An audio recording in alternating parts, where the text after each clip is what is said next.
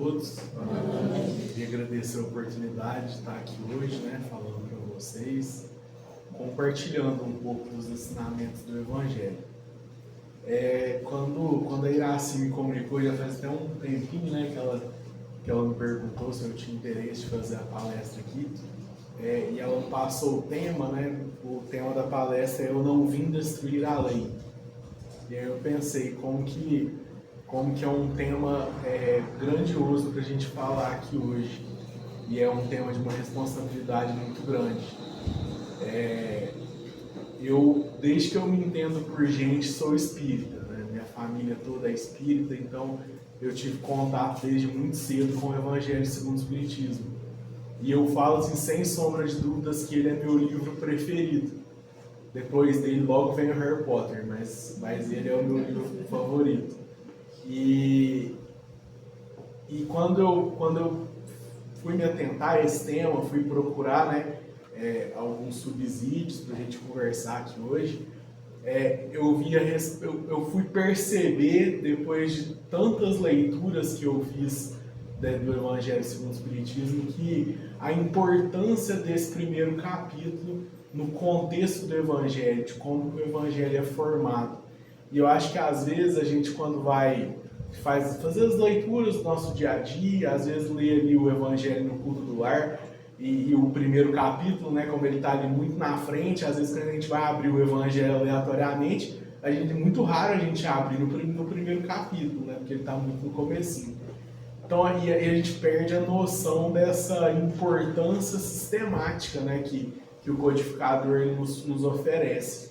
Então eu acho que para a gente começar a conversar a respeito do primeiro capítulo, a gente tem que entender como que ele se situa dentro da estrutura doutrinária do Evangelho segundo o Espiritismo. A gente observa que Kardec, quando ele vai ali organizar o Evangelho segundo o Espiritismo, antes de entrar de fato na discussão que o Evangelho segundo o Espiritismo propõe, ele nos propõe uma base, como se fosse uma base ali de quatro lados, que vai fundar toda a doutrina espírita. E essa base ela é trazida justamente dentro dos 4 primeiros capítulos. Então, no primeiro capítulo, quando a gente tem o "não vim destruir a lei", Kardec se utiliza dessa frase de Jesus, desse ensinamento de Jesus, para demonstrar que o Espiritismo, enquanto terceira revelação, ele também não veio para mudar aquilo que já vinha sendo dito por Jesus, por Moisés. Ele vem para complementar, assim como Jesus, na oportunidade dele, também veio para complementar o que Moisés tinha dito. Então, logo depois disso, a gente pega o segundo capítulo do Evangelho, "O meu reino não é deste mundo". O codificador vem trazer para a gente ali a respeito da preponderância moral de Cristo, Quando, na passagem bíblica onde Cristo diz que o reino dele não é deste mundo, ele vem justamente introduzir para a gente o que é o conceito da moral cristã, o que Jesus veio nos ensinar. E esse também é um alicerce da doutrina espírita. E logo na sequência, a gente vem o terceiro capítulo, "Há muitas moradas na casa do meu Pai". E esse capítulo ele começa a abrir uma porta para a gente compreender tudo aquilo que a doutrina espírita vai nos revelar, que é essa multiplicidade dos universos, dos planetas que a gente tem em todo esse nosso ecossistema. E se a gente for pensar, isso a gente se sente minúsculo quando a gente vai observar isso. Que hoje em dia a ciência ela consegue identificar 100 bilhões de sóis. Então, como existe o nosso, existem outros 100 bilhões. E cada sol desse tem um conjunto de planetas. Então, a gente está falando aí de trilhões de planetas em todo esse nosso universo vasto que a gente tem, que a gente não conhece nem 3% do que é nosso universo. E hoje em dia, se a gente for entrar nas mais recentes pesquisas em níveis astrológicos, a gente observa que os próprios cientistas já admitem que, se a gente compara a energia que existe no universo já é possível identificar. E o que a gente conhece do universo, eles já admitem em termos de hipótese, né? Isso não tem comprovação, é uma hipótese científica que talvez exista mais de um universo, porque não se explica aquela quantidade de energia que é identificada, porque não casa aquela quantidade de energia com o que a gente conhece. Então, e o quarto capítulo, ninguém poderá ver o reino de Deus se não nascer de novo, que vai tratar a respeito da reencarnação, que também é uma base fundamental da nossa doutrina. Então, quando a gente vai tratar a respeito do primeiro capítulo, né, do não vim destruir a lei, eu acho importante a gente ler a passagem do Evangelho de Mateus, capítulo 5, versículos 17 e 18, que diz o seguinte: não penseis que eu tenha vindo destruir a lei ou os profetas. Não os vim destruir, mas cumpri-los. Porquanto, em verdade vos digo que o céu e a terra não passarão, sem que tudo que se acha na lei esteja perfeitamente cumprido, enquanto reste um único iota e um único ponto. Então, quando a gente observa qual que é a passagem bíblica que o codificador coloca nesse capítulo, ela traz para a gente muitas referências. Se a gente observa onde ela está inserida e por quem ela foi escrita, né? A gente sabe que o Novo Testamento nós temos 4 evangelistas: Mateus, Marcos, Lucas e João. E é até uma frase de um ex-presidente da FEB, que ele até escrevia por um pseudônimo, que eu não vou lembrar agora, que ele diz a respeito disso, que o Novo Testamento, os 4 evangelhos do Novo Testamento, eles falam a respeito de uma única luz, que é Jesus, mas sobre 4 filtros.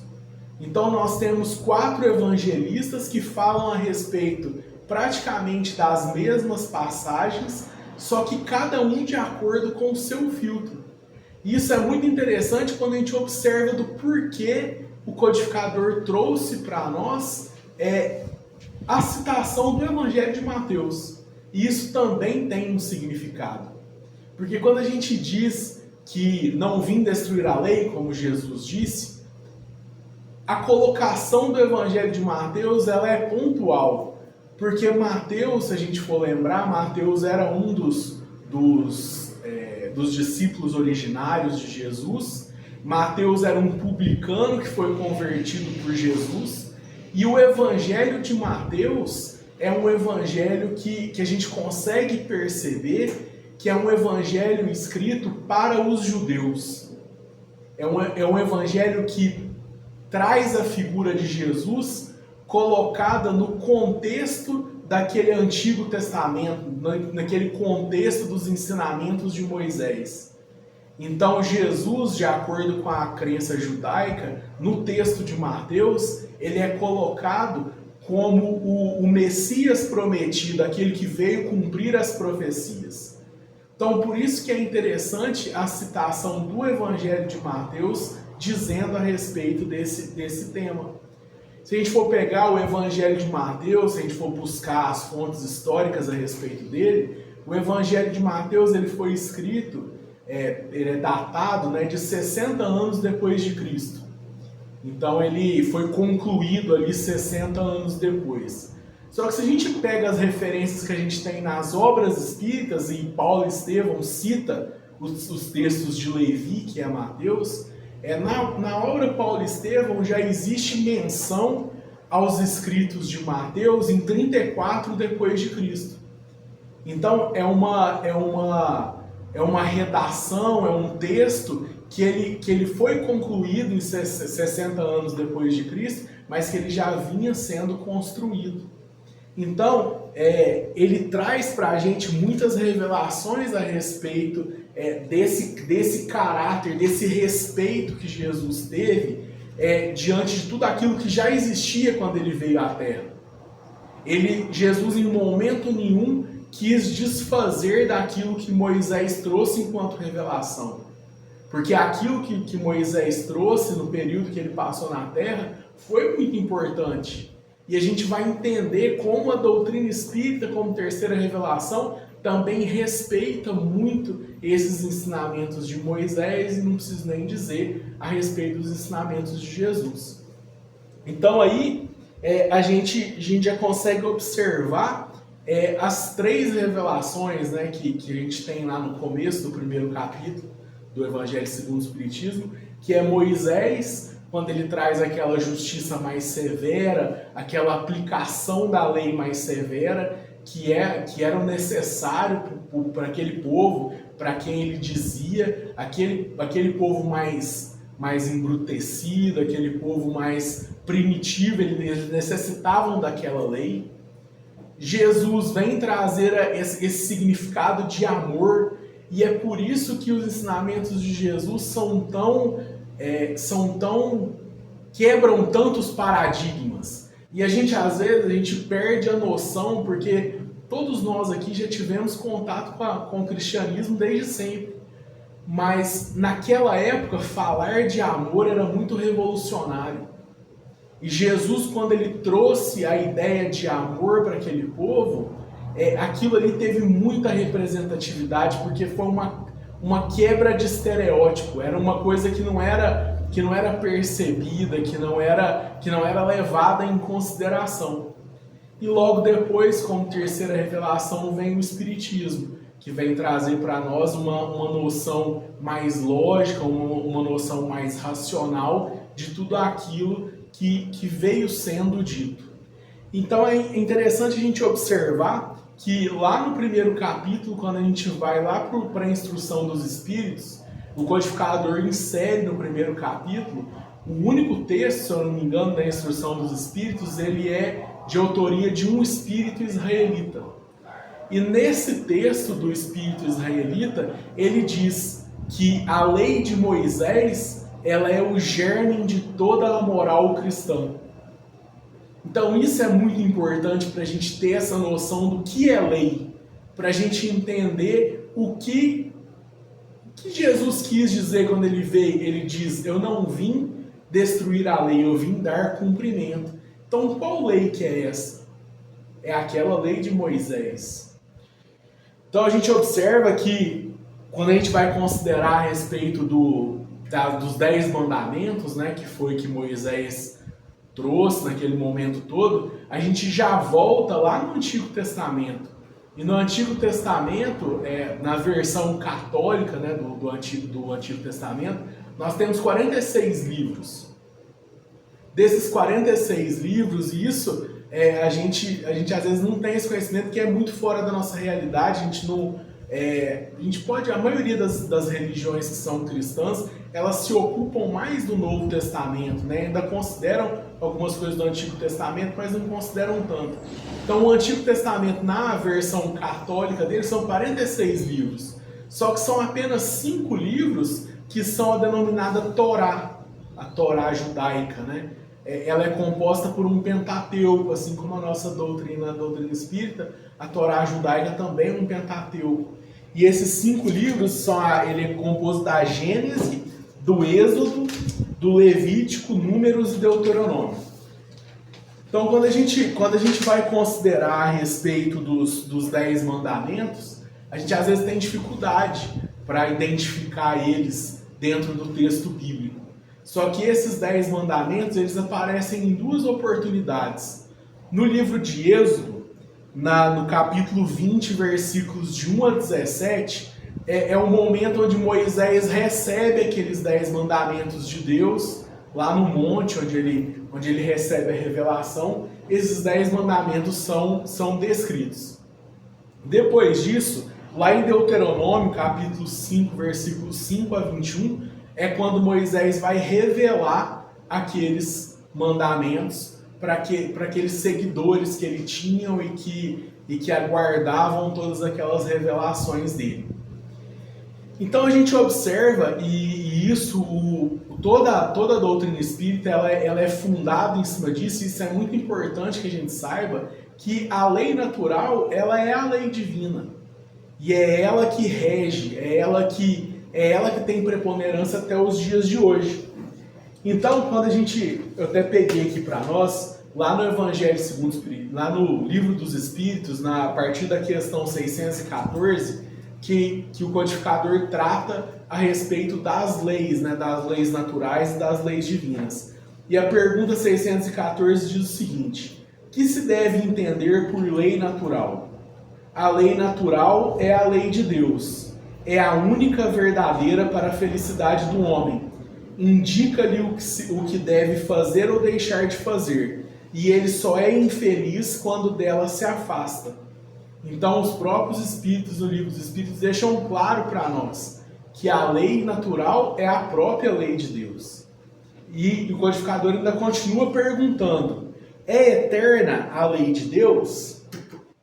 E os Espíritos respondem: eterna e imutável como o próprio Deus.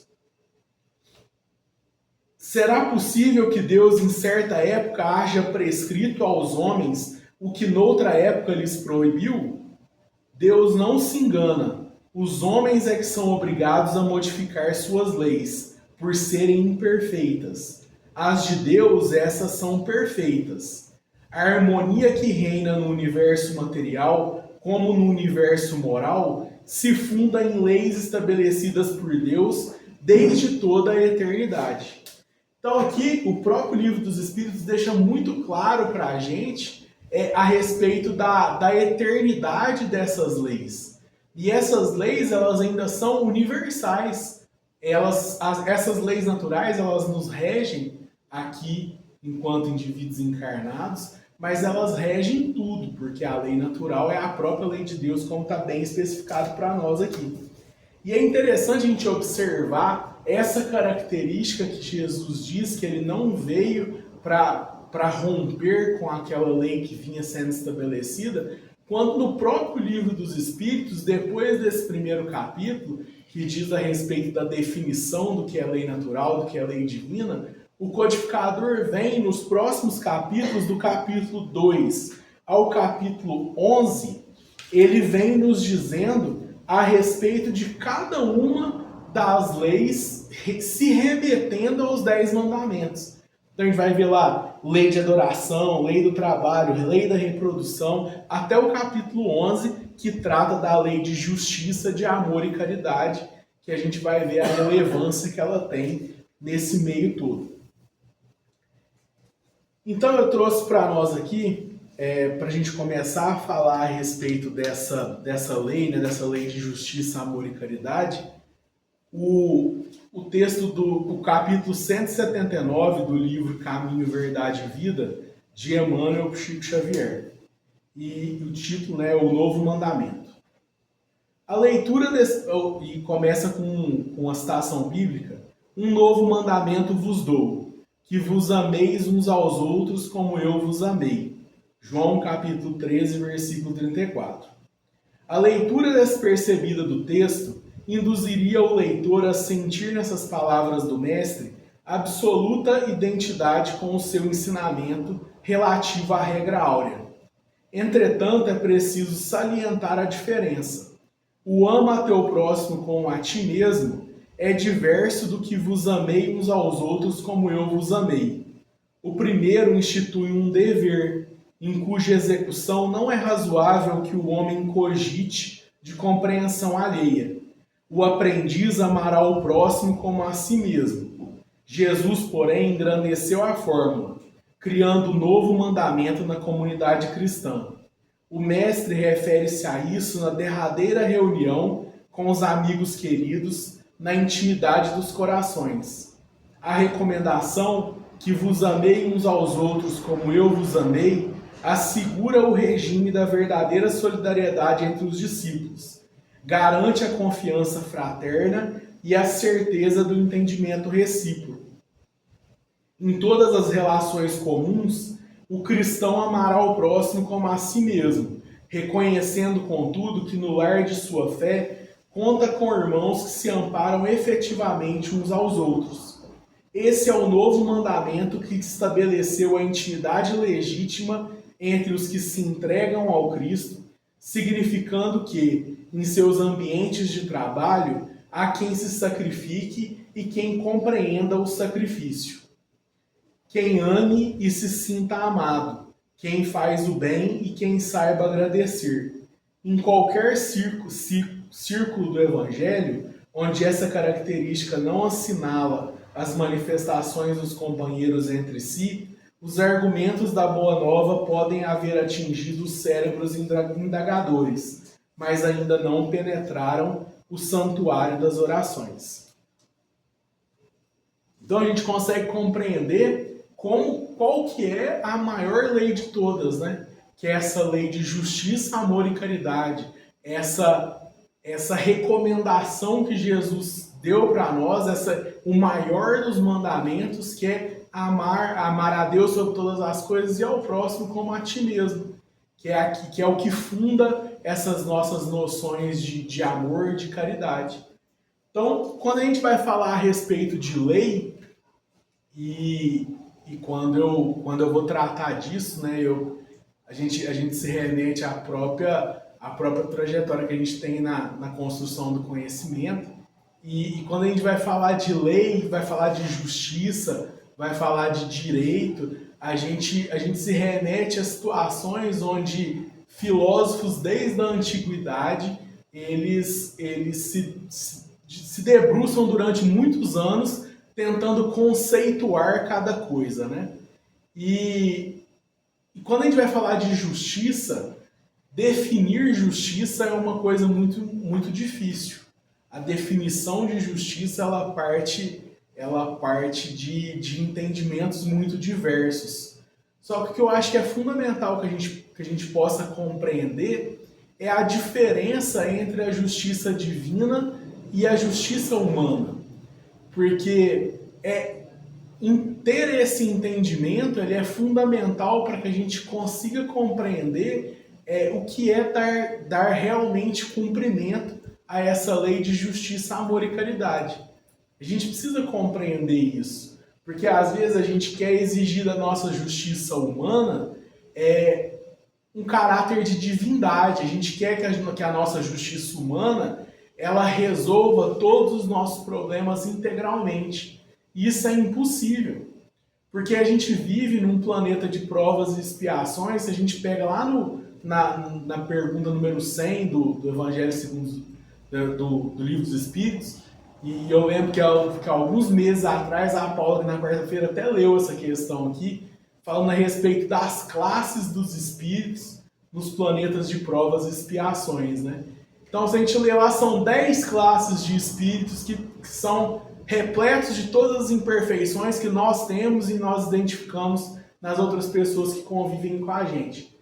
Então, não tem como a gente exigir de uma justiça que é exercida por essas pessoas que ela seja uma justiça perfeita, que ela seja uma justiça integral, porque ela é uma justiça humana. Então, para mim, me chama muita atenção, e isso é muito sintomático, a gente vê isso vê isso na nossa sociedade todos os dias, se a gente for reparar muito bem. Não sei se vocês acompanharam, mas tem algumas séries televisivas agora, muito recentemente, falando a respeito de crimes que aconteceram dentro da sociedade, e isso foi gerando uma comoção muito grande entre as pessoas. E me chamou a atenção a entrevista com a mãe daquela criança que foi assassinada pelo pai, a Isabela Nardoni, não sei se vocês se recordam desse caso, que estavam entrevistando ela a respeito de como ela se sentia vendo os autores, né, do crime terem saído da cadeia anos após a prisão e terem levado uma vida normal. E ela fala a respeito de todo o sentimento que ela tem de injustiça, porque ela sente que ela não alcançou a justiça. E por que ela não alcançou a justiça? Ela não alcançou a justiça porque a justiça humana ela não nos propicia a reparação integral. Não tem nada que restitua uma vida. A prisão ela não restitui a vida, e todos os avanços que a justiça teve ao longo de todos os anos, ela não consegue restituir a vida. Por isso que a gente precisa partir dessa concepção que a justiça humana ela é falha e ela é incompleta. E por isso que a gente precisa compreender essa característica fundamental da justiça divina, que é essa questão da reparação integral do mal. E isso tem todo um significado na forma como a gente progride na nossa encarnação, na forma como a gente lida com os nossos problemas, quando a gente observa quais que são as características principais da aplicação dessa justiça divina. Então, se a gente pega lá na segunda parte, no capítulo 7, na segunda parte do Céu e Inferno, que tem lá o Código Penal da Vida Futura. E no Código Penal da Vida Futura, o codificador nos fala como que nós conseguimos, como que é a aplicação da justiça divina quando nós aqui, espíritos imperfeitos num planeta de provas e expiações, utilizamos o nosso livre-arbítrio para o mal. Então, quando a gente prejudica alguém, quando a gente pratica algum tipo de mal, nós vamos ter a aplicação da justiça divina. E essa justiça divina, ela vai necessariamente exigir o arrependimento, a expiação e a reparação integral do mal. Então, quando a gente fala de arrependimento, eu acho que esse é o ponto mais importante para a gente falar a respeito da justiça divina. Às vezes a gente tem essa noção um pouco mais antiga, né? E a gente volta lá naquelas questões mais dogmáticas, né? Onde as pessoas acham que o arrependimento é apenas aquela chorumela, né? Aquela assim, eu estou no leito de morte, me arrependi. Fiz um monte de coisa errada, não me arrependi. Só que o arrependimento não é isso. E quando a gente vai buscar essa expressão lá na Bíblia hebraica, na Bíblia original, a palavra arrependimento, a tradução dela para o hebraico que deu origem à palavra arrependimento é techuvá. E techuvá, ele não quer dizer arrependimento. Techuvá quer dizer o retorno para o caminho reto. Então é isso que a justiça divina, ela quer necessariamente de nós, que o nosso arrependimento represente o retorno para o caminho reto. E a partir desse retorno para o caminho reto, nós vamos experienciar a expiação e a partir daí a gente vai reparar todo o mal. A gente vai iniciar a reparação de todo o mal. Então, a gente vê, né, a gente já assistiu algumas palestras onde é citado, né, a respeito dessa reparação do mal, onde o Chico Xavier diz para um amigo que estava ali numa reunião que ele estava se lamentando porque tinha perdido vários bens num assalto. E a frase do Chico para ele é muito sintomática, né? Porque o Chico diz para ele: ô meu irmão, é muito bom devolver, né? Porque é isso, a reparação integral, ela é isso. É quando a gente começa a devolver aquilo que a gente tirou do lugar que não deveria. E aí a gente já vai dando 8 horas, eu gostaria que ficasse, né, para vocês dessa noite de hoje, o tempo é bem curtinho para falar a respeito de um tema tão complexo, mas que a gente possa sair daqui hoje com essa compreensão, né?